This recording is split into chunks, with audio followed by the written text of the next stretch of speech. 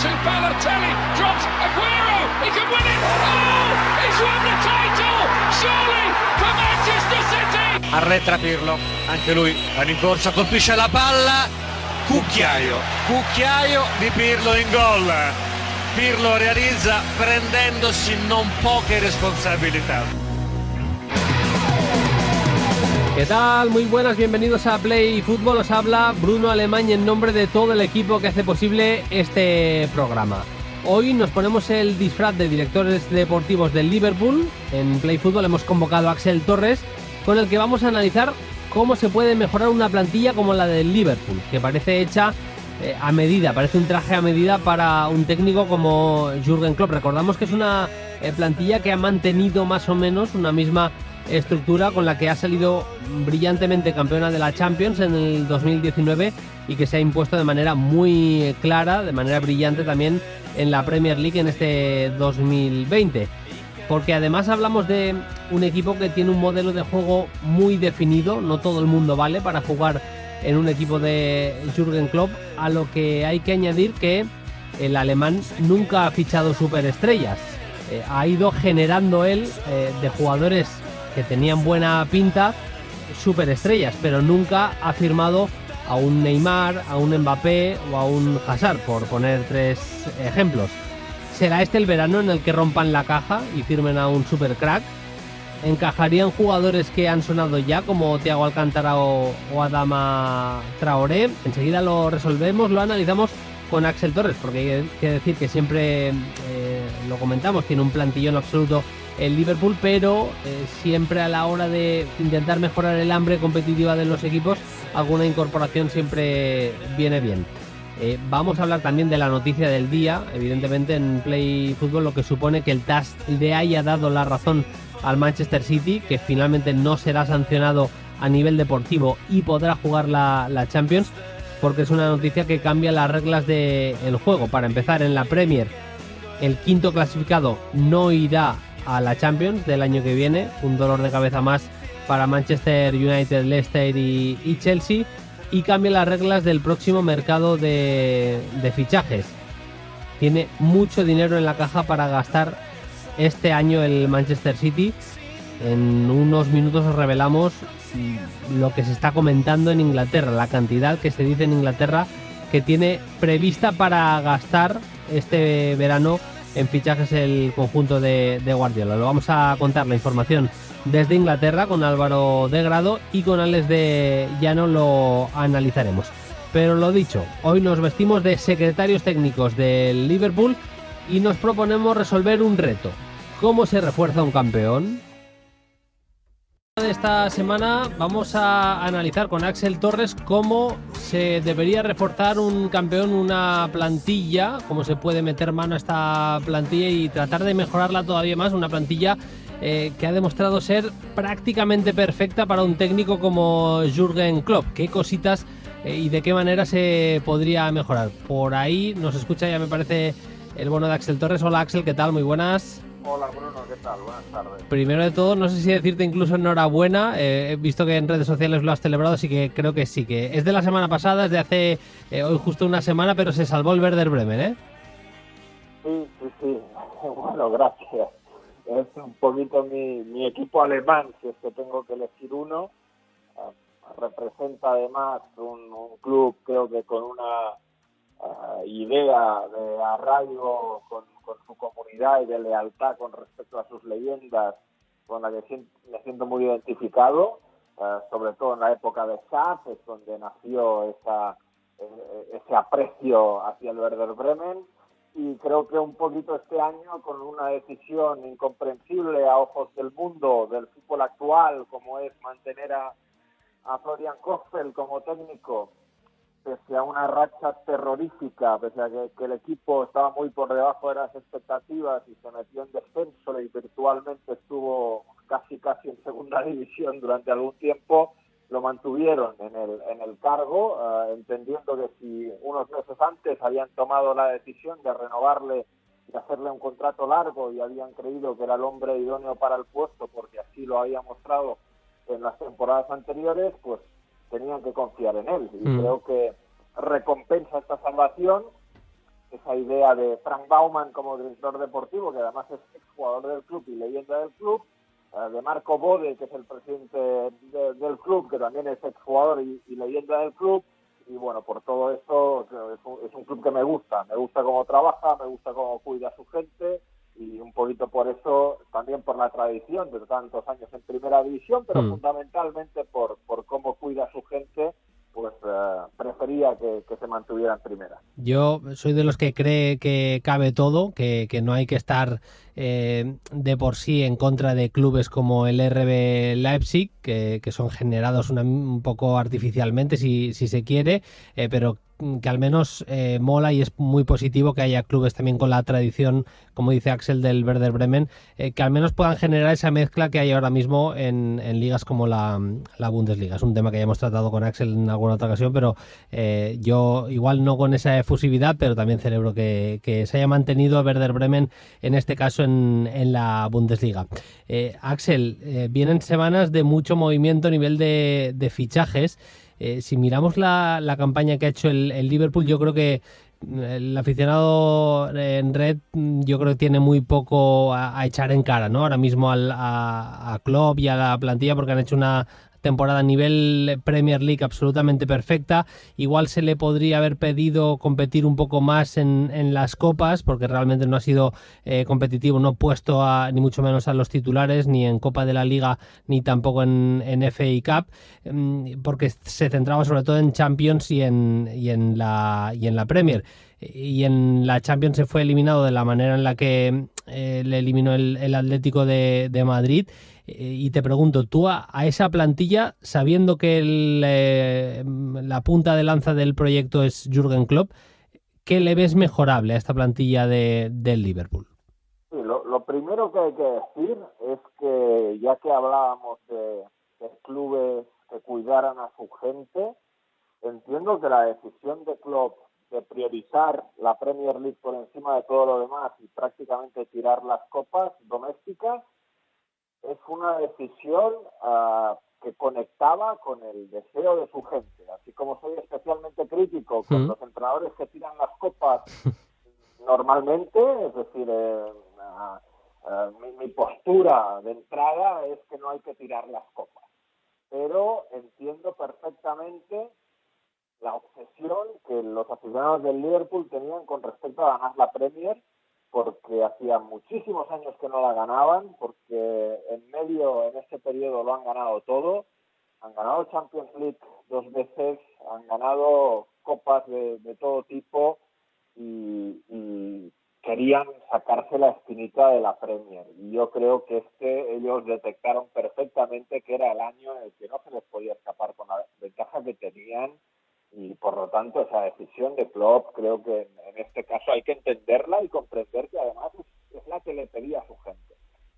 Luego, con respecto a la pregunta que me haces, es una plantilla difícilmente mejorable, pero sí es verdad que hay 2 o 3 posiciones donde pueden agregar esa competitividad extra que creo que es necesaria en cualquier equipo ganador para no caer en una complacencia, para meter competencia interna y para agitar un poquito el vestuario y agitarlo todo.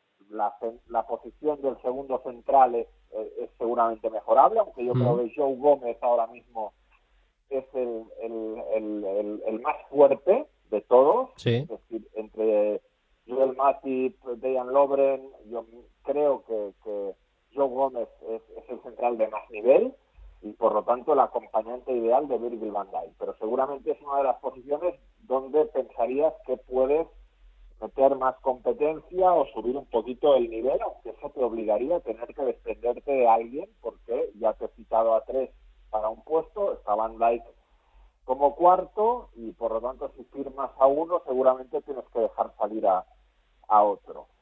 Y luego las posiciones de los interiores, son posiciones donde el nivel de Henderson es muy bueno, el nivel de Wijnaldum es muy bueno, ya firmaron ahí a Naby Keita y no ha acabado de hacerse con el puesto, también le han castigado las lesiones. Milner es un jugador que te sirve para todo, pero que ya está seguramente en el tramo final de su carrera. y ahí es donde yo veo que pueden introducir fichajes que más les sumen. ¿Por qué? También por descarte, porque realmente portero difícilmente mejorable, lateral derecho difícilmente mejorable, lateral izquierdo difícilmente mejorable, Van Dijk difícilmente mejorable, Fabinho difícilmente mejorable, es una realidad. Sí, El rendimiento de Fabinho ha sido altísimo, por lo tanto difícilmente mejorable. Y los tres de arriba difícilmente mejorable. Así que solo nos queda el otro central y las dos posiciones de interiores como posiciones que ellos pueden reforzar.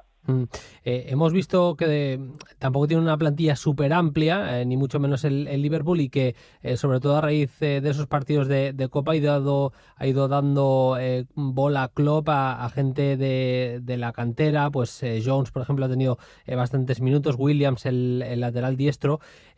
Yo, por la información que tengo, sí que me parece que querían buscar un sustituto para Robertson, que es una plaza que seguramente los laterales, que tampoco son, seguramente, si coges la pareja, los dos juntos, igual es la mejor pareja de laterales de toda Europa, al menos por la incidencia que acaban teniendo en el juego del Liverpool, Alexander-Arnold y Robertson, y si hay alguna lesión importante ahí, no me quiero imaginar cómo lo podría sufrir el equipo, aunque es verdad que ha ido metiendo a Milner ahí en esa posición de falso lateral izquierdo, y también ha sido una manera de tener conectado un poco a un tipo que me consta que es muy importante a nivel vestuario, como es James Milner, que ya a sus 34 años pues tampoco está para jugarlo todo. De la plantilla actual se va a ir Lallana, que acaba contrato y me parece que cierra su etapa.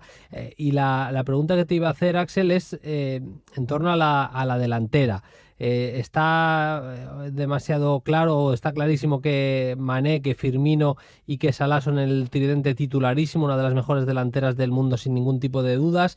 Firmaron a un futbolista como Minamino, que ha podido ir entrando en algún partido y que se espera que el año que viene tenga un rendimiento y una incidencia mayor en partidos más importantes, pues pueda entrar. Pero lo que decías de menear un poco el árbol, de seguir consiguiendo que sea una de las plantillas con más hambre competitiva de Europa, yo creo que igual por ahí un fichaje en la delantera sin gastarte igual 100 millones, pero haciendo un fichaje que sea ambicioso en la delantera, puedes mantener esa competitividad que ha sido seña de identidad de Liverpool en los últimos tiempos. No sé si lo compartes. Sí, porque al final, si solo tienes a tres de primer nivel y juegas con tres, y el salto con los suplentes ahí es grande, pues puedes tener en una temporada una lesión larga ahí y seguramente es una zona donde puedas agitar. Estoy absolutamente de acuerdo. Lo que comentabas de los jóvenes, a mí el que más me gustó de los que vi en copas domésticas fue Neco Williams, el lateral derecho. Sí. Más allá de que Jones y Elliot estuvieron también a un nivel muy alto, pero creo que Neco Williams es seguramente el más preparado para rendir ya en Premier League. Lo que pasa es que con Alexander-Arnold, siendo tan joven, pues seguramente se tendrá que ir si quiere ser titular en un equipo Premier League. Y luego Lallana, que prácticamente ni le hemos mencionado cuando hablábamos de las opciones en el centro del campo.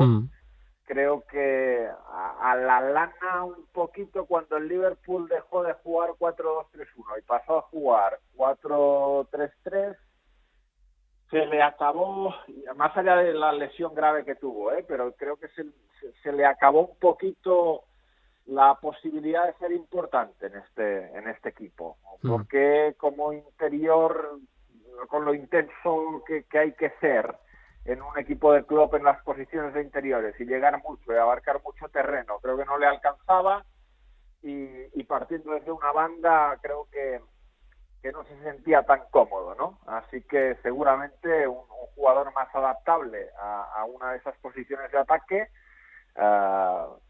sería una muy buena incorporación para el Liverpool. Lo que pasa es que cuando eres el Liverpool, eres el campeón de Europa y de la Premier, y vas a ir a buscar un delantero, ni hay tantos en el mercado idóneos para sus características. Además se le escapó Werner, pues te van a pedir, si vas a por los que realmente puedan competir por ser titulares, te van a pedir muchísimo dinero. No es sencillo. Además, el perfil de jugadores que firma Klopp es un perfil de huir de las estrellas asentadas.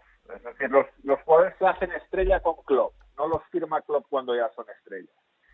Ninguno de los que ahora son estrellas era una figura mundial cuando lo ficha el Liverpool. No lo era Salah, no lo era Van Dijk, no lo era Mané. Ninguno de los que ahora nos parecen figuras mundiales lo eran cuando llegan al Liverpool. Yo creo que Klopp es muy consciente de que para que no le pase lo que pasa en otros equipos grandes, que es muy difícil entrenar conceptos, es muy difícil hacer ejercicios de repeticiones, es muy difícil ser pesado con el jugador porque el jugador ha ganado mucho y el jugador ve al entrenador a veces como un intruso.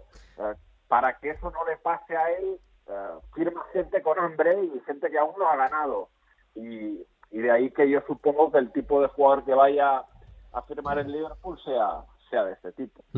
Enseguida con Fermín Suárez haremos un informe de lo que ha ido generando, precisamente de lo que habla Axel, de jugadores que han firmado por una cantidad, en muchos casos elevada, pero lo que dice Axel, que la mayoría de casos los ha multiplicado ese valor de mercado el Liverpool, y en este caso Jürgen Klopp. Es una plantilla en la que en el equipo titular tan solo hay un jugador de la cantera, de las categorías inferiores del Liverpool. Estamos hablando de Alexander Arnold como el único futbolista de la cantera que se ha sentado como titular, al menos titular indiscutible, porque hablábamos ahora con Axel que seguramente Joe Gómez puede ser o podría ser también titular en esa posición de central. Le preguntaban precisamente por este tema a Klopp en estos últimos días, la última semana, y contestaba esto.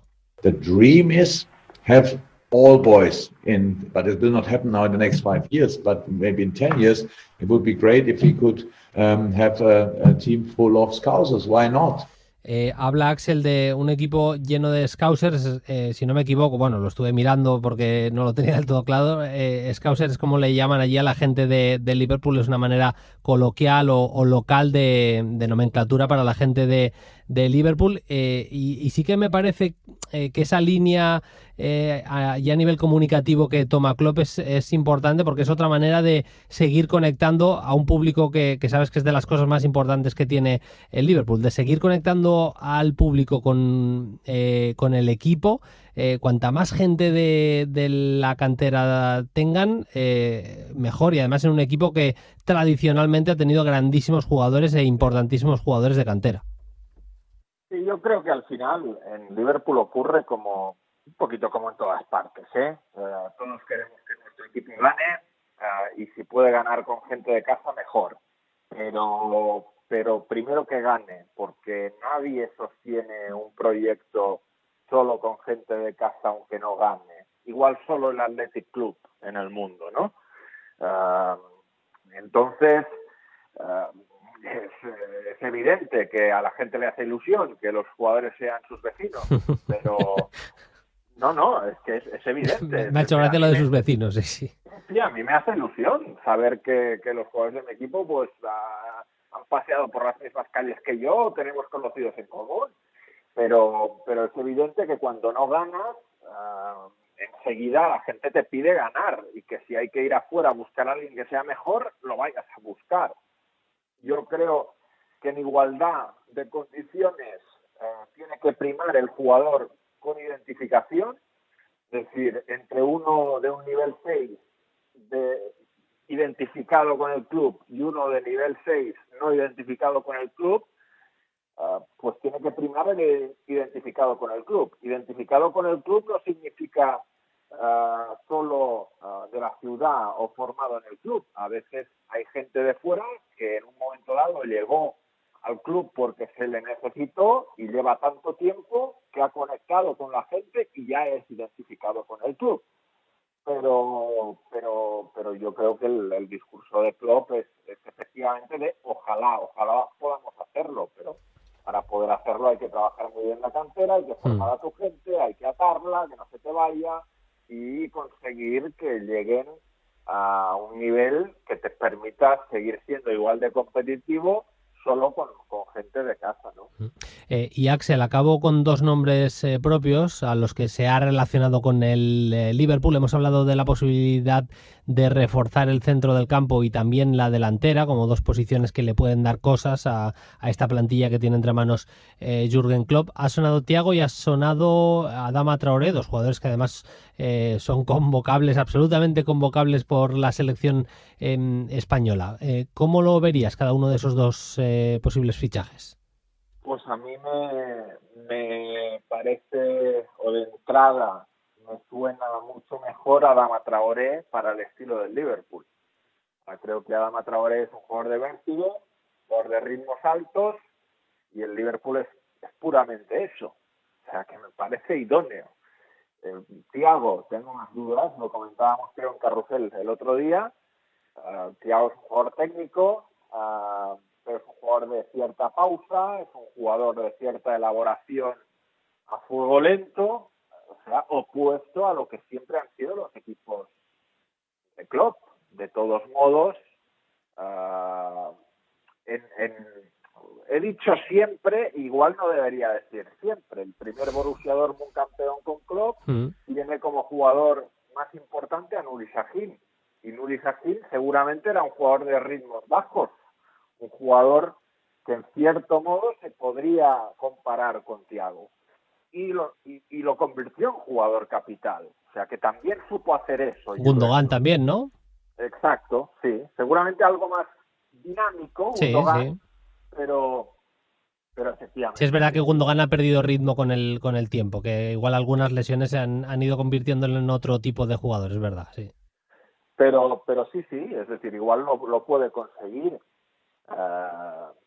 Y yo creo que también el Liverpool trabaja mucho en no ser previsible, que cada vez la gente sabe mejor cómo juega el Liverpool, cada vez le niega más espacios para correr, se va a encontrar a más Atléticos de Madrid. El Atlético de Madrid le ha ganado en esta Copa de Europa de una manera muy marcada.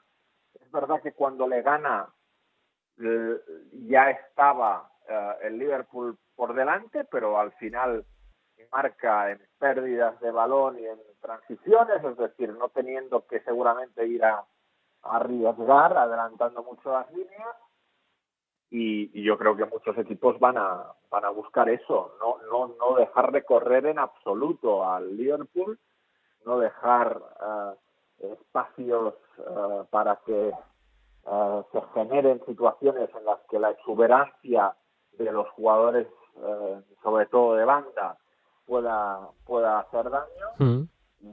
Y por lo tanto, si te preparas para poder abrir la lata de otra manera, como pueda ser a partir de un pase brillante o de un jugador que tenga la visión suficiente para entender dónde ir a buscar la pelota y dónde meterla para generar una situación que le permita, quizá en una fase posterior, acabar metiendo el pase definitivo, pues enriqueces tu colectivo y enriqueces a tu equipo. Nos apetecía ponernos ese traje casi de director deportivo del Liverpool y jugar a ser secretario técnico, a ver cómo le podríamos meter mano a una plantilla que parece hecha tan a imagen y semejanza del bueno de Jürgen Klopp. Un placer como siempre, Axel. La semana que viene más. Un abrazo. Un abrazo, Bruno. Hasta luego.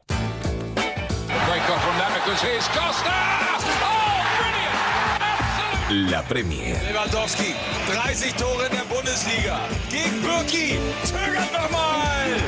Bayern. La Bundesliga. Higuaín salta, Higuaín ancora, nella di rigore, sinistro.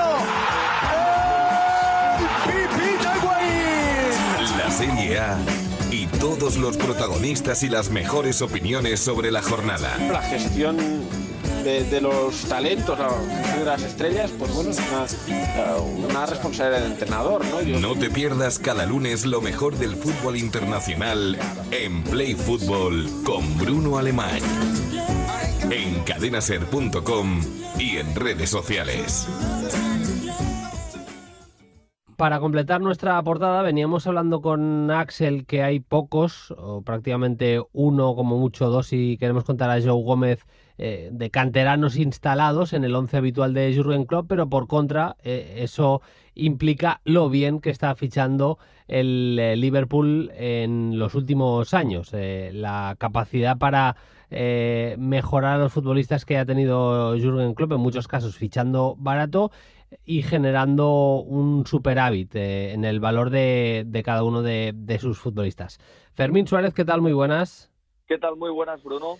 Porque es verdad que seguramente del 11 más habitual podemos decir que solo Alexander-Arnold, si queremos igual Joe Gómez anda por ahí luchando por una plaza de central con Matip, también lo hablábamos ahora con Axel, como mucho 2 canteranos solo, pero al mismo tiempo eso implica, lo dicho, ¿no? Que la capacidad que está teniendo el Liverpool para fichar y revalorizar a los jugadores a los que firma está siendo la marca personal de Jürgen Klopp, que ya lo hizo en el Dortmund y lo está reproduciendo también en el Liverpool.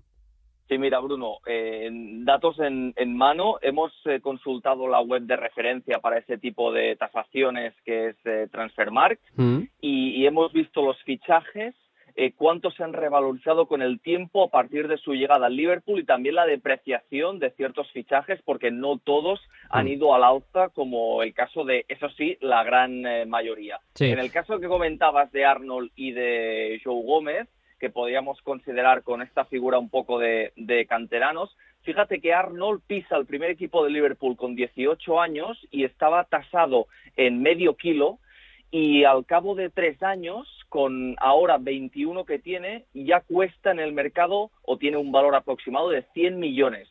Fíjate la barbaridad. Es casi un 100%, es casi un 100% de aumento del precio.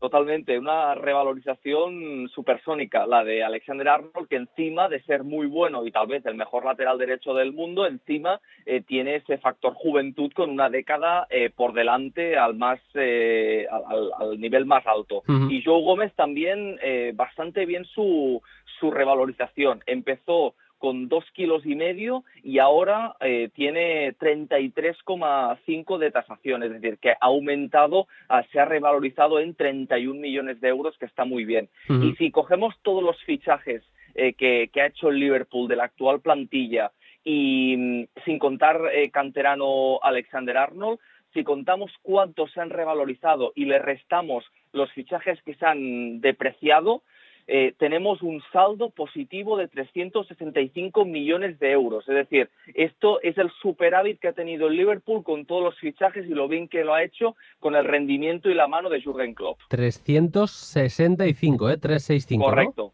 Correcto. Es una auténtica barbaridad. Vamos, si te parece, Fermín, más o menos, sí, línea por línea. Alisson es verdad que lo firman bastante caro. Primero de todo, Fermín, quiero decir que no es que nosotros nos creamos que lo que dice Transfermarkt es lo que vale el jugador, pero es una referencia al menos. Es correcto. Una referencia que podemos tomar como más o menos válida. No quiere decir que el Liverpool vaya a vender a Alexander-Arnold ni siquiera por 100 millones, porque igual le hacen una oferta por 100 kilos y no lo vende. Pero con los baremos que tiene Transfermarkt nos generan estos datos que está comentando Fermín. Insisto, vamos línea por línea, empezamos con la portería, con Alisson. Con Alisson, que cuando pisó primer equipo de Liverpool estaba valorado en 60 millones y ahora con 72, es decir, un más 12. Más 12, no está mal. De la defensa, ya nos has hablado de Alexander-Arnold. ¿Cómo se completan los nombres así que utiliza al menos de manera habitual Jürgen Klopp? Los que han tenido el crecimiento más bestia, más pujante, son Robertson, que empezó con 7 millones y ahora está ya en 64, es decir, un más 57 millones para el lateral escocés. Van Dijk, que ya costaba pensar que se podía revalorizar porque empezó con 50 millones, ahora está en 80, es un más 30, y además creo que el mejor central del mundo por 80 millones no me parece que sea un precio de mercado que esté desorbitado. ¿Qué es lo que pagó? De la realidad. El Liverpool pagó 80 cuando Transfermarkt en teoría lo tasaba en eso, en unos 50, una cosa así, pero y ahora, habiendo pasado 2 años y medio, lo sigue tasando en esos 80 millones, cuando Van Dijk evidentemente es más mayor, es más veterano, y eso hace devaluar evidentemente el precio de un futbolista. Seguimos, Fermín, que te he cortado. Y teníamos también a Matip, el central, que llegó con 18 millones de tasación, ahora estaría en 32, un más 14. Joe Gómez ya lo hemos comentado, que estaría en un más 31. Y de la defensa, Dejan Lovren ya sería un fichaje que empieza ese proceso de depreciación. Empezó con 20 y ahora mismo estaría con 16 millones, es decir, un menos 4. Pero también teniendo en cuenta la edad y lo que ha aportado, pues me parece que se ajusta bastante a la realidad y que no tiene por qué llamar la atención en demasía. Ha ido perdiendo la titularidad, es jugador ya veterano, es normal que haya perdido precio de mercado. Vamos con el centro del campo, Fermín. Tenemos a Henderson, empezó con 13 millones, ahora están 28, es un más 15. Wijnaldum también tiene una subida fuerte, son 22 millones al inicio de su etapa como Red y ahora está ya en 40 millones, es decir, un más 18. Y tenemos a Fabinho, otro jugador que se fichó caro y que tenía un precio de inicio en el Liverpool de 45, ahora está en 56, es un más 11. Y también tenemos dos bajadas. Una moderadamente fuerte y la otra salvajemente fuerte. La de Lallana sí que es cierto que empezó con 22, ahora está en 10 kilos, es decir, la pérdida es de 12 millones en esta tasación, en esta depreciación de Lallana, también muy condicionado por lesiones. Y después tenemos a Naby Keita. Ojo a Naby Keita porque la bajada es muy fuerte.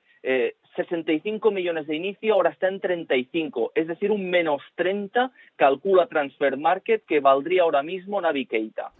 Responde evidentemente al poco peso que ha tenido Naby Keita, para mí sorprendente, es verdad, en el Liverpool de los últimos 2 años. Yo esperaba un rendimiento mayor del centrocampista africano. Y en la delantera, en ese tridente famosísimo del Liverpool, ¿qué encontramos, Fermín? Bueno, para romper la baraja, para romper la caja de cualquier club que se atreva ni siquiera a mirarlos, porque fíjate, Mané es la subida más fuerte que ha tenido el Liverpool, entró en 2016 con 30 millones y ahora está ya en 120, por lo tanto la subida es de más 90 y no me parece que sea un precio que no esté ajustado, es decir, Mané perfectamente podría costar 120 porque es de los mejores delanteros del mundo. También otro que cuesta ahora mismo 120 es el mago Mo Salah. Empezó con 35, ahora ya están 120, más 85 en la subida. Y Firmino no es tan fuerte, no es tan acentuada, pero también es interesante. Firmino empezó con 25 millones, siendo valorado por 25 millones, ahora por 72, subida de más 47. No está mal. Entonces, como titulares, yo subrayaría sobre todo dos, esos 99,5 millones de euros que ha subido el valor de Alexander-Arnold, sí, y los 365, hay que remarcarlo, Fermín, 365 millones que ha subido la plantilla en general del Liverpool, o estos futbolistas que has escogido desde la llegada de Jürgen Klopp hasta nuestros días. Sí, y esos son los titulares y a lo sumo añadir otro, que es que entre Salah y Mané han subido en un espacio de 4 años 120 millones su cotización, sumando los dos efectivos del ataque del Liverpool, y que incluso Joe Gómez, que es una figura que más o menos ha ido entrando, pero también con mucha lesión intercalada, también ha conseguido subir su cotización en 30 millones. Creo que el Liverpool ahora mismo es una máquina degenerada al alza. Fermín, antes de cerrar, ya con esto acabamos nuestra portada, pero te quería preguntar, tú que estás siempre tan enganchado al fútbol histórico, por dos figuras que nos han dejado este último fin de semana. Empezamos por la primera, una leyenda del fútbol inglés y también de la República de Irlanda. Estamos hablando de Jack Charlton, el hermano de Bobby Charlton, que nos dejaba este sábado. Hacía un comunicado oficial la familia. Ha muerto a los 85 años. Era central titular de la Inglaterra, la única Inglaterra campeón del mundo en el 66.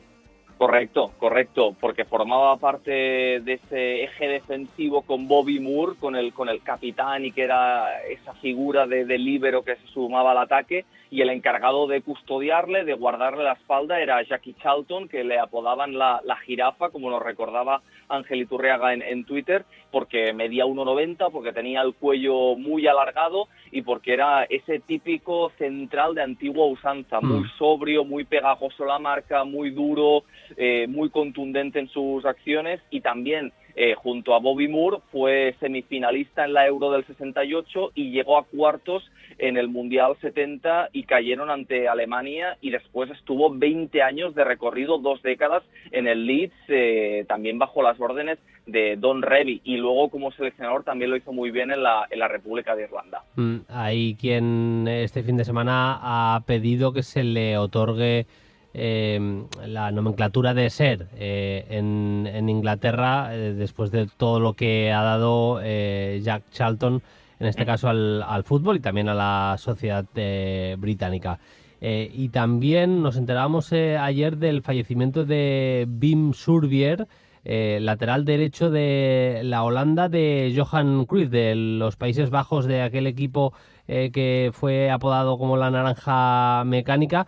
No sé si decirte, Fermín, que uno de los primeros laterales modernos, porque antes los laterales, antes de esa época de los 70, en su gran mayoría eran marcadores de extremos más que otra cosa, y Wim Surbier seguramente es uno de los primeros laterales ofensivos en el fútbol, o al menos de los que tenemos constancia, o de la élite, podemos decir, Fermín. Sí, en los 70 fue un lateral notable. Es cierto que antes podría haber algún exponente como Sacchetti, como Milton Santos, como Carlos Alberto también.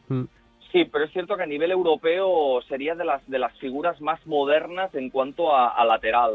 Wim Surbier, que fue titular en la Holanda del 74 y luego también estuvo la del 78 finalista, pero ya no era titular, ya le robó la titularidad Wim Jansen, que era un interior reconvertido del Feyenoord, y Surbier lo recordamos como un lateral bastante moderno en el sentido de que era notable casi en todo, es decir, era notable en sus subidas, en su capacidad de centro, en su faceta defensiva, a la hora de desplegarse, a la hora de tener esa corrección en los duelos, es decir, era un jugador muy intercambiable, muy pujante, muy resistente, y que combinaba a la perfección en esa naranja mecánica tan bien engrasada del 74 y luego del 78. Descansen en paz Wim Surbier y también Jack Charlton, los queríamos recordar en Play Fútbol.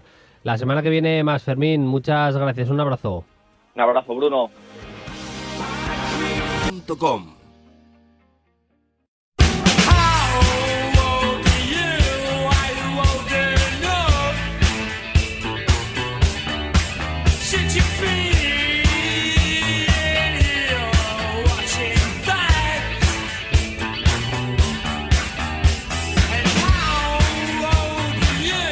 Suenan Happy Mondays en Play Fútbol, un Happy Monday, un lunes feliz debe ser hoy, al menos en una parte de Manchester, cuando han sabido ya al 100%, han confirmado que el TAS les daba la razón. El Manchester City no será sancionado sin poder jugar competiciones europeas, por tanto al año que viene tendremos el equipo de Guardiola en la Champions League, en la máxima competición europea. Nos vamos hasta Manchester, allí está Álvaro de Grado. Hola Álvaro, ¿qué tal? Muy buenas.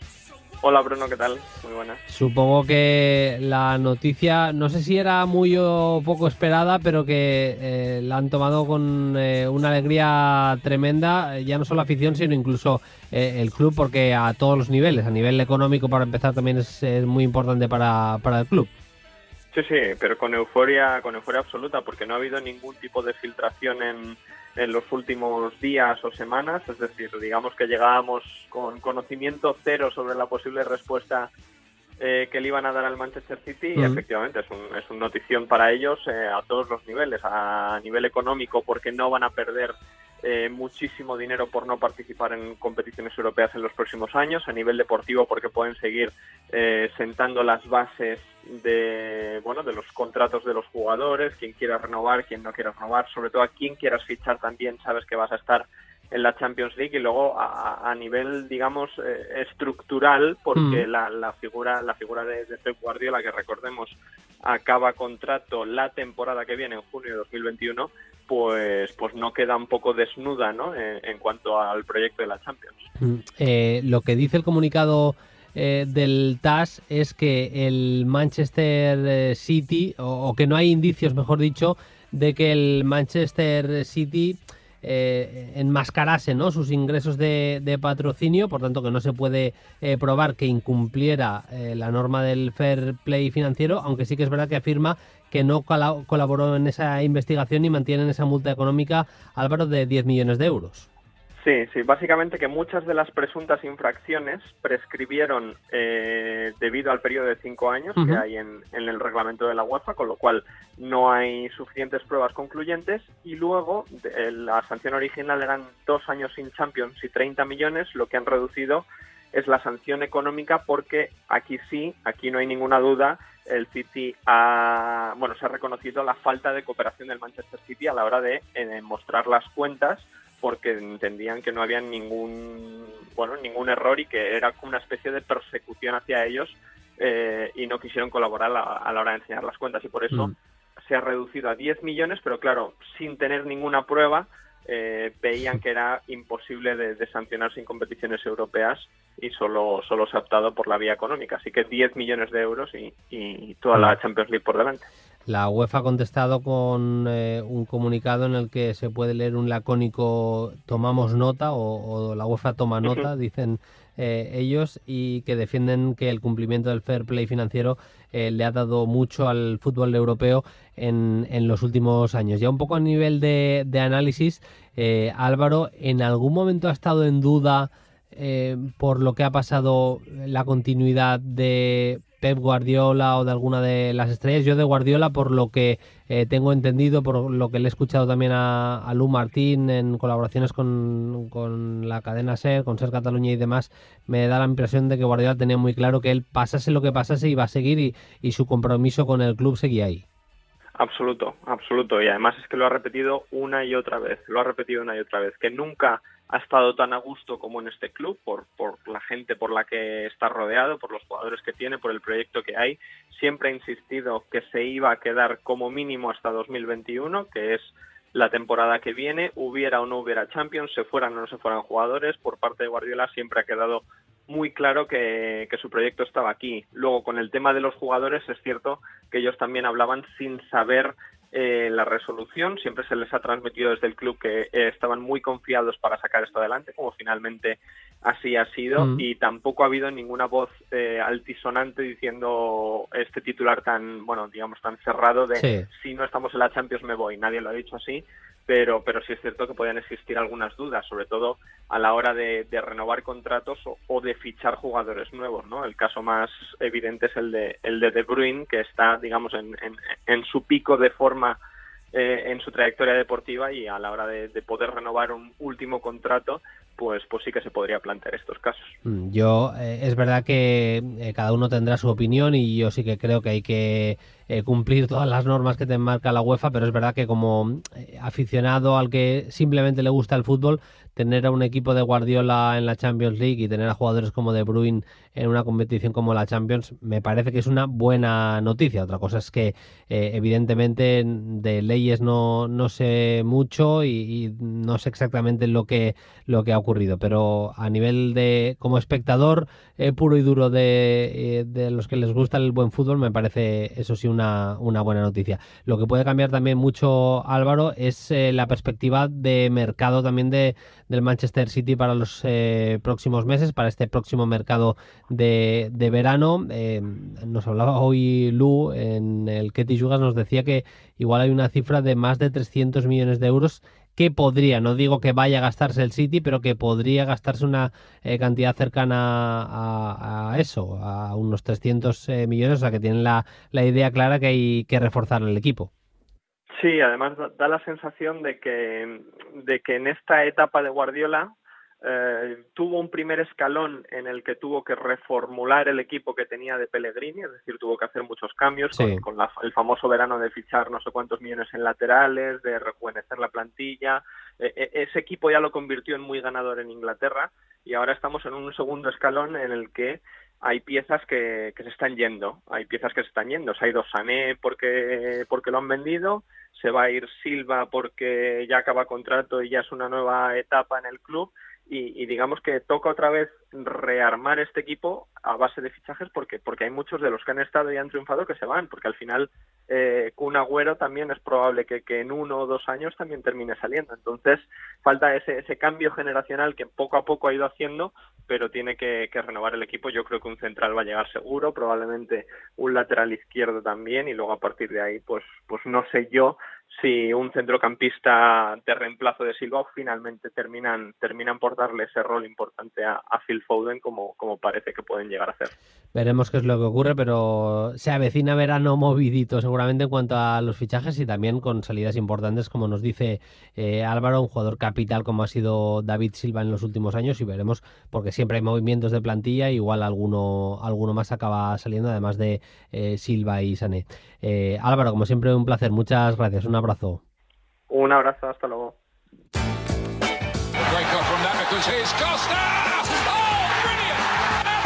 La Premier. Lewandowski, 30 Tore in der Bundesliga.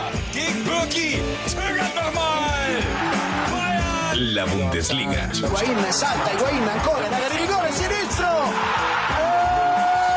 Pipita Higuaín. La Serie A y todos los protagonistas y las mejores opiniones sobre la jornada. La gestión de los talentos, de las estrellas, pues bueno, es una responsabilidad del entrenador, ¿no? No te pierdas cada lunes lo mejor del fútbol internacional en Play Fútbol con Bruno Alemán.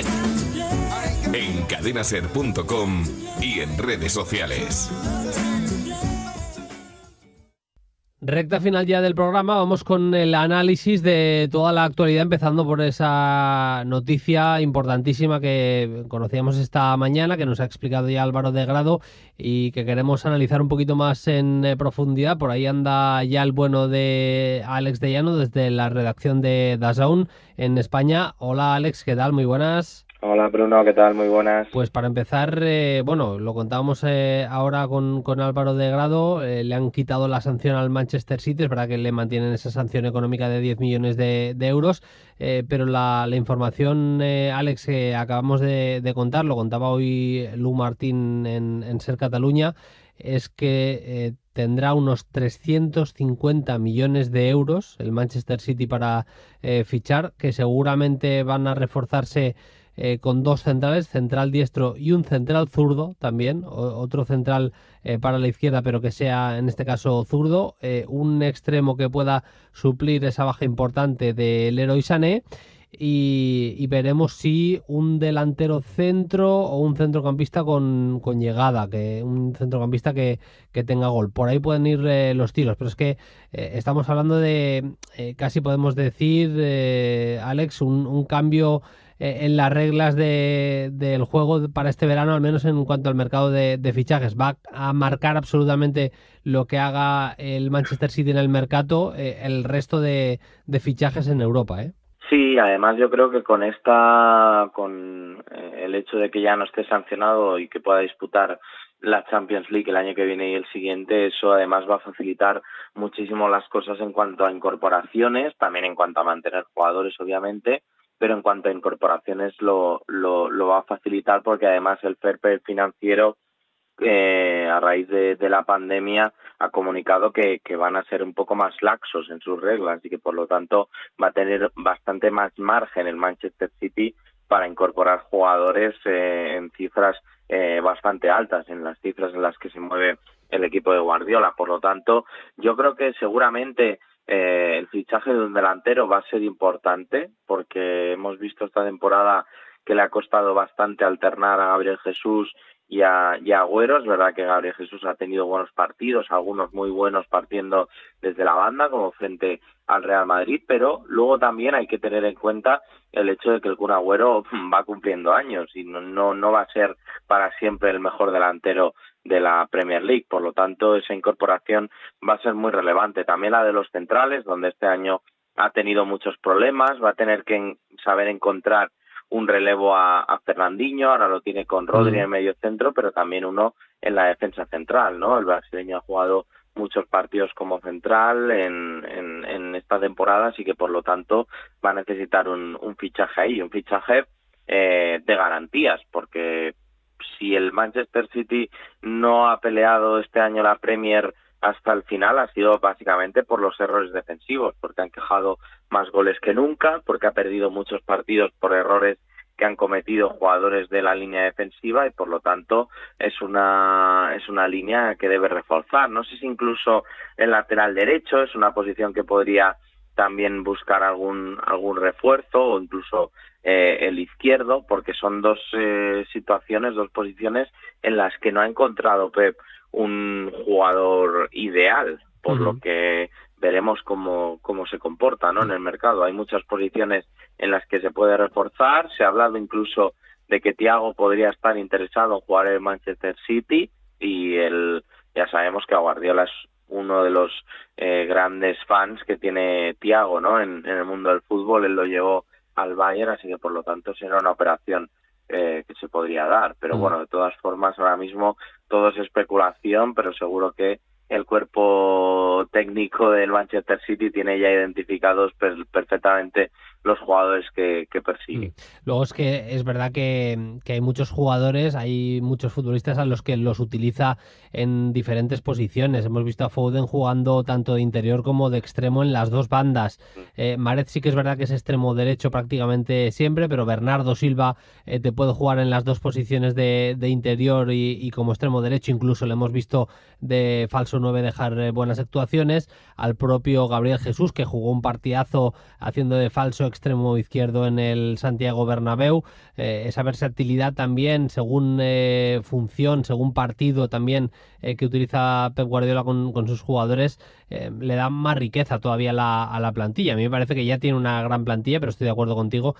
Miré el dato, no lo he mirado actualizado, pero miré el dato antes del fin de semana, y antes de esta jornada del fin de semana el Manchester City era solo el quinto que menos goles recibía en la Premier League. Claro, puede ser el que más marca a nivel destacadísimo, como es el City en la Premier League, pero si eres quinto, solo el quinto que menos recibe, pues evidentemente estás por encima de 15 o de 16 equipos en este caso, o de 15 en este caso, pero tienes que tener mejores números defensivos para aspirar a levantarle la Premier a un equipo como el Liverpool. Esta temporada, en cuanto a goles encajados por partido y derrotas, es la peor de Guardiola en el fútbol profesional. Eso ya lo dice todo, sobre todo claro, sí, en un entrenador que siempre tiene la liga como prácticamente su religión, como el trofeo que hay que ganar sí o sí porque marca tu regularidad. Yo creo también que mentalmente se desengancharon demasiado rápido de sí, tuvieron muchos problemas, la sanción a Bernardo Silva por aquel tuit, a Mendy también ha tenido muchos problemas extrafutbolísticos, así que por lo tanto ha sido una temporada muy difícil para el vestuario del Manchester City. Lo que provoca también este fallo del TAS es que a partir de ahora ya sabemos seguro que el quinto de la Premier no va a la Champions. Cambia también las reglas del juego a nivel de la clasificación de lo que vaya a pasar. Y hemos visto este fin de semana cómo perdían sus partidos tanto el Chelsea contra el Sheffield United como también una remontada rarísima y casi diría histórica, perdió el Leicester en el campo del Bournemouth. Si gana hoy el Manchester United, va a sacar al Leicester de las plazas de Champions, que yo ni me acuerdo de la última vez, era a principios de esta temporada seguramente, pero es que empezó como un tiro auténtico el Leicester. Ahora mismo la clasificación es Chelsea tercer clasificado con 60 puntos, iría a la Champions. Leicester cuarto clasificado con 59, iría a la Champions. Y el Manchester United, que insisto, juega esta noche en casa en Old Trafford contra el Southampton, es quinto con 58. Si gana el United sacaría al Leicester de la plaza de Champions. Y me da la sensación que puede acabar así la cosa. Al que veo seguro, Alex, te tengo que decir, es al United clasificado. Sí. Entre el Leicester y el Chelsea, seguramente el que falle menos tendrá esa cuarta plaza. Yo creo que también es el mejor equipo que ha vuelto del confinamiento de la Premier League. Quizá el Wolverhampton se está volviendo a enganchar al buen momento de forma que había tenido justo en los partidos más inmediatos después de la reanudación, pero yo creo que el Manchester United ha vuelto como un tiro. Además ha encontrado una sociedad entre Bruno Fernández y Paul Pogba que le está funcionando muy bien. Greenwood está marcando goles, Martial y Rashford han vuelto también en un gran estado de forma y por lo tanto está siendo el equipo ahora mismo a batir. De hecho, si no me fallan los cálculos, si la Premier League hubiera empezado desde la reanudación, el Manchester United sería el líder, porque es el que más puntos ha sumado, ha ganado muchos partidos y además está consiguiendo hacer actuaciones más que buenas. Tiene enfrente a un equipo como el Southampton con Hasenhuttl en el banquillo, que es un equipo bastante complicado por cómo se organiza, por ese famoso 4-2-2-2 y la forma que tiene de presionar el técnico austriaco, pero desde luego es un equipo, el Manchester United, que está destinado a terminar en Champions League, o eso parece por su forma después de la reanudación. El problema del Leicester es que yo creo que anímicamente se ha venido abajo. Lo ha intentado solventar Rodgers cambiando a 3 centrales, intentando darle más importancia al centro del campo con Ndidi y Tielemans, pero no le ha funcionado. El partido de ayer fue un auténtico descalabro con la expulsión de Soyuncu, que no va a estar en el partido frente al Manchester United, por cierto, de la próxima semana. Y luego además yo veo un equipo que, como digo, que se ha desconectado, encaja goles demasiado fácil, es un equipo que no había encajado tantos, ya está encajando demasiados. El hecho de encajar 4 frente al Bournemouth ya habla por sí solo. Además, ayer era un partido importante porque es verdad que era en casa de un equipo que está abajo, que si le ganabas le podías prácticamente descender, y además si ganabas te asegurabas jugar fútbol europeo el año que viene, te asegurabas terminar por encima del 7º, y en caso de que el Arsenal no ganara la FA Cup, que parece muy complicado, seamos honestos, pues iba a terminar en esas plazas europeas. Es verdad que ahora mismo los aficionados del Leicester calculan y dicen, hombre, si a principio de temporada me dices que vamos a terminar en Europa League, pues lo firmo. Pero es verdad que después de la temporada, de esos meses fulgurantes que tuvieron en noviembre, diciembre, incluso enero y febrero, pues te queda un poco corto el hecho de no quedar en Champions. De todas formas, queda ese duelo pendiente entre ambos, que va a ser, yo creo, crucial para determinar el futuro de los dos equipos. Y yo creo que la sanción también ha afectado a equipos como el Tottenham o incluso el Arsenal. El Tottenham yo creo que había echado cuentas y había pensado que si ganaba todos los partidos y el Manchester United tropezaba en alguno, les daba alguna oportunidad para entrar en esa Liga de Campeones, pero yo creo que ahora mismo se han esfumado todos esos cálculos. Ni hablar del Arsenal, y el Sheffield y el Wolves yo creo que también les queda un poquito lejos. Creo que ahora mismo el Manchester United es el equipo mejor posicionado para incluso quedar tercero, porque el Chelsea también está en un vaivén anímico continuo, que consiguen ganar un partido de forma brillante, consiguen también batir al Crystal Palace, pero luego caen ante el Sheffield United en un partido en el que no tuvieron casi reacción. Así que, por lo tanto, es una situación bastante compleja y que creo que el Manchester United se puede aprovechar. Veremos, yo también lo creo. Déjame apuntar también la importancia de un futbolista como James Maddison. Ha coincidido seguramente algunos de los peores momentos del Leicester esta temporada con la ausencia del que yo creo que es el líder en ataque. Digo el líder en ataque porque es el que lleva el peso, el que pide todas las bolas, el que se ofrece entre líneas, el que si ve al equipo atascado va cerca de Ndidi también para ayudar al equipo a salir. Me parece un pedazo de futbolista que ha sido clave en los mejores momentos del Leicester de esta temporada. No dejamos Inglaterra, estáis ofreciendo en DAZN también algunos de los mejores partidos de Championship, de la lucha por ascender a la Premier League.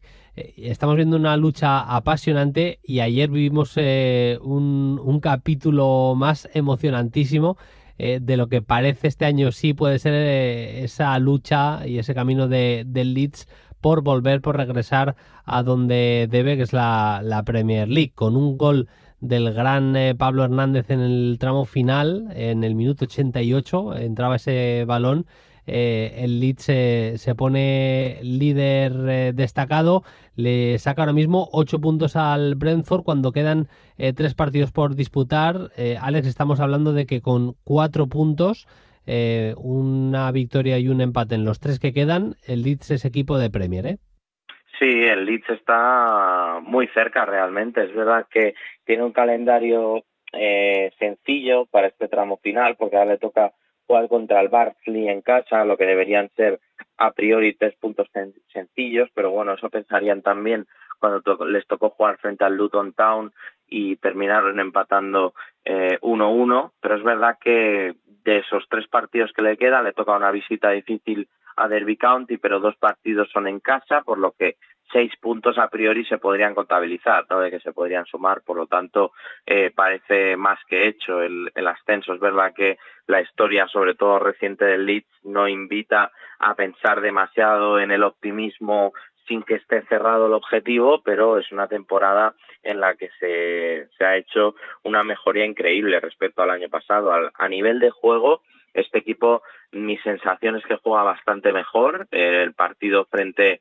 el partido de la anterior jornada, que no me recuerdo, contra Stoke, fue un show, un auténtico show del equipo. Además, Bielsa está empezando a utilizar a Pablo Hernández, sabiendo de que físicamente no está al nivel que estaba a principio de temporada o incluso el año pasado, como revulsivo. Lo está utilizando en las segundas partes a la hora de decidir partidos y le está funcionando bastante bien. El otro día frente al Stoke, como digo, puede salir al terreno de juego y tener un impacto inmediato, y ante el Swansea le pasó algo similar.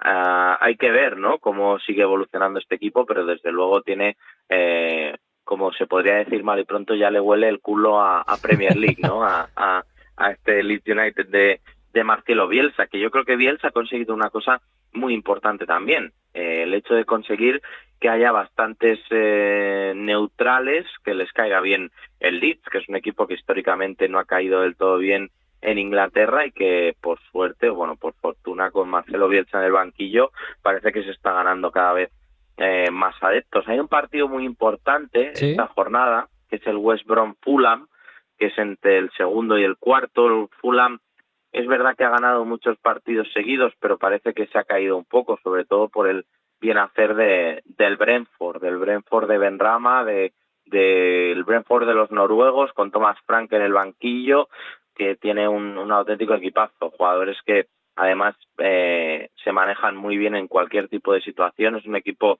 además que tiene una historia bastante curiosa, está formado a través de las estadísticas, es un equipo que podríamos llamar ya 3.0, ¿no? Este Brentford, y que desde luego está dejando huella en esta temporada. Para terminar, a mí me gustaría bastante comentar lo interesante que está la lucha por abajo, porque se ha confirmado que al Wigan le van a restar 12 Wigan puntos. es tremendo, ¿eh? O sea, la lucha ya con las matemáticas que tiene que hacer el club es tremenda, Alex. Sí, porque está el Stoke, que es 17º, tiene 49 y está en peligro. Es decir, que hay 7 equipos que están en esa lucha, ¿no? Es verdad que el Wigan está prácticamente descendido porque ha entrado en concurso de acreedores y le van a restar 12 puntos, por lo que va a descender de categoría, y entonces está peleando el Luton. No tienen dinero ni para viajar. Sí, es increíble porque, si te fijas, ahora la Premier League está decidiendo si el Newcastle lo puede vender Mike Ashley a los árabes. Uh-huh. Y claro, es que el Wigan aprobó la venta hace apenas unos meses. Entonces, aprobaron la venta y ahora no hay dinero en el club. Entonces, no sé qué investigación realizó realmente la EFL para aprobar esa venta, ¿no? Entonces, es un caso bastante curioso, es una pena porque el Wigan es un equipo que tenía bastante buena pinta. No creo que para lograr el ascenso este año, pero sí que podrían haber peleado el regreso a la Premier League la temporada que viene, porque estaban cosechando bastantes buenos resultados en 2020. Y yo creo que la sorpresa de esta pelea por abajo es el Luton Town, un equipo que estaba prácticamente desahuciado casi en el mes de enero y que ha sabido remontar, rehacerse y está ganando partidos y sacando resultados importantes, como por ejemplo ese empate que he mencionado anteriormente en Elland Road, y ahora mismo solo les separa un punto de la salvación. Estaban casi desahuciados, como digo, hace unos meses, pero ahora están a un solo punto de salvarse gracias a esta situación del Wigan. Así que bueno, es una pelea también bastante curiosa la de por abajo de Champions. Enseguida te voy a proponer un juego, te lo puedes ir pensando ya porque no quiero casi ni análisis, quiero que te mojes, yo también lo voy a hacer, vale. Y me digas, visto el cuadro que hay de la Champions League, ya hemos analizado mucho, de que al Barça le va a costar contra el Nápoles, del problema del Real Madrid con la baja de Ramos, de que el Atlético de Madrid va por el lado fácil del cuadro, todo eso ya, de eso hemos hablado mucho y seguiremos hablando porque hay muchas semanas, hay muchos días todavía de aquí a que regrese la Champions, pero enseguida te voy a pedir, visto cómo está el cuadro por una parte y por otra, ¿cuál crees que va a ser la final? Pero no me respondas todavía porque te lo pido en nada, en 2 minutillos, lo que nos dé para comentar lo de la Liga Italiana, en la que ha ido fallando la Juve, no lo ha aprovechado una Lazio que se ha caído y hay que destacar, lo vamos a hacer en breve, vamos a hablar más en profundidad todavía de Atalanta, ya le dedicamos una portada del programa al Papu Gómez, que está en un nivel impresionante directamente.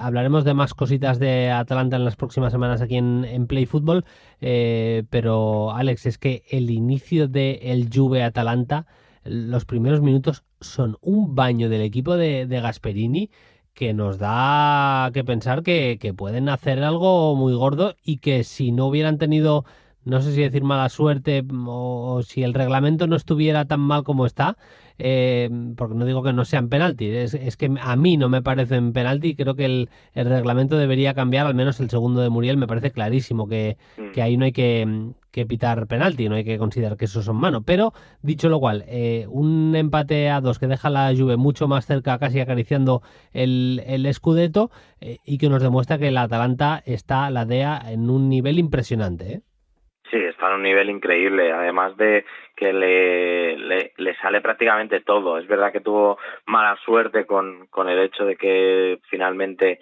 se concedieran esos 2 penaltis, sobre todo ese segundo que comentabas, pero yo creo que es un equipo que ha sabido construirse muy bien y ha sabido encontrar jugadores que le han encajado muy bien en ese esquema. A mí personalmente el que más me gusta es Malinovský, por cómo ha irrumpido en el panorama internacional, en el primer plano del panorama internacional desde apenas un punto desconocido, y está esta temporada, rompiendo todos los esquemas, está haciendo un auténtico temporadón, pero es verdad que el equipo de Gasperini, desde mi punto de vista, juega un fútbol tan increíble que yo creo que se puede soñar, ¿no? Incluso en esta Champions a un partido en una sede neutral, sin público, de poder ver un campeón así, ¿no? Un campeón más democrático, un campeón más de a pie y sobre todo un campeón que futbolísticamente creo que no tiene rival en el fútbol europeo. Es el equipo que más goles ha marcado en las 5 grandes ligas europeas, es un equipo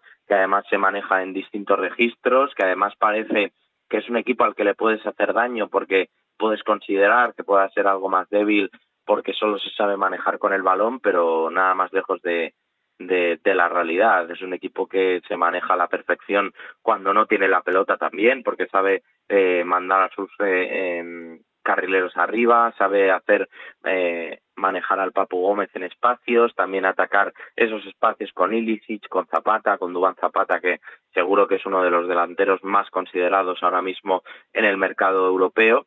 Y por lo tanto no debería sorprendernos que esta temporada la Atalanta termine segunda. Es verdad que primera ya le queda muy lejos, pero visto el momento de forma de la Lazio y del Inter sobre todo, está hecho para que la Atalanta termine como segunda clasificada. Lo que no dudamos es que se va a clasificar para la próxima Champions, pero visto el momento de forma de los otros contendientes, realmente invita a pensar que la Atalanta puede terminar en segunda posición. Veremos qué es lo que pasa, pero es verdad que es un nivelazo tremendo el de la DEA, el de la Atalanta.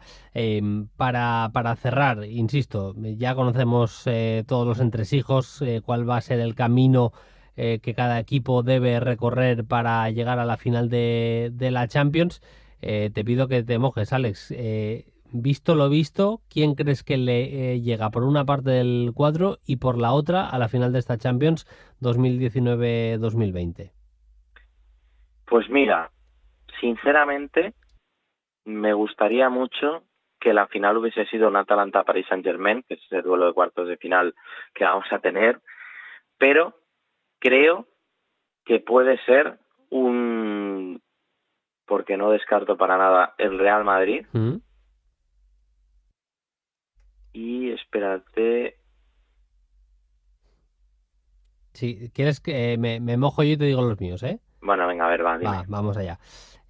Creo que sufriendo, pero creo que llega el Bayern por una parte del cuadro, es decir, tal y como está el equipo bávaro, yo creo que la semifinal va a ser Manchester City-Bayern, y creo que el Bayern está un puntito mejor, un puntito más fluido, más fiable, no sé cómo decirlo, aunque tengo muchísimas dudas, ¿eh? Ahí es donde igual tengo más dudas que en la otra parte del cuadro incluso, que ya es decir, pero creo que ahí llega el Bayern por una parte del cuadro, y por la otra voy a decir el Atlético de Madrid. Creo que este puede ser el año. Me parece que, sobre todo en caso de que el Paris Saint-Germain elimine al Atalanta, a un partido el Atlético contra el Paris Saint-Germain, con los fantasmas que tiene el PSG con la Champions últimamente y demás, veo más equipo al del Cholo, veo más estratega en ese sentido al Cholo que a Tuchel, a pesar de que me parece que dirige muy bien el técnico alemán. Pero creo que puede ser el año del Atlético de llegar a la final de la Champions y reeditar aquella final con Luis Aragonés y compañía en el campo.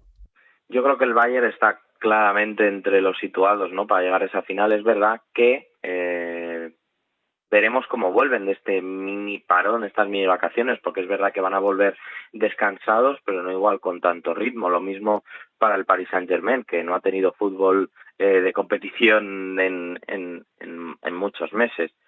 Yo sinceramente sí que veo al Atlético de Madrid pudiendo llegar a la final, pero tengo más dudas con el Bayern. O sea, le veo muy bien, pero tengo más dudas. Pero sí, me parece que es la final y sería toda una final. Ese Atlético de Madrid-Bayern. Estoy contigo, Bruno. ¿Tienes planes para este mes de agosto? ¿Tienes algo que hacer? Porque no. Va a ser tremendo, la cantidad de partidazos que tenemos también en la Europa League. De la Europa League no te lo voy a pedir, pero ¿ves algún favorito claro antes de cerrar, que estamos a punto pues ya de... Pues mira, me gustaba mucho el Inter, pero no veo para nada al Inter ahora. También me gustaba mucho el Wolves, porque lo veía fuerte para este partido, pero es que hay que tener en cuenta que el Wolves empezó la temporada en el día de hoy. O sea, hoy hace un año el Wolves empezó su temporada y va a terminarla a finales de agosto. Es una auténtica locura.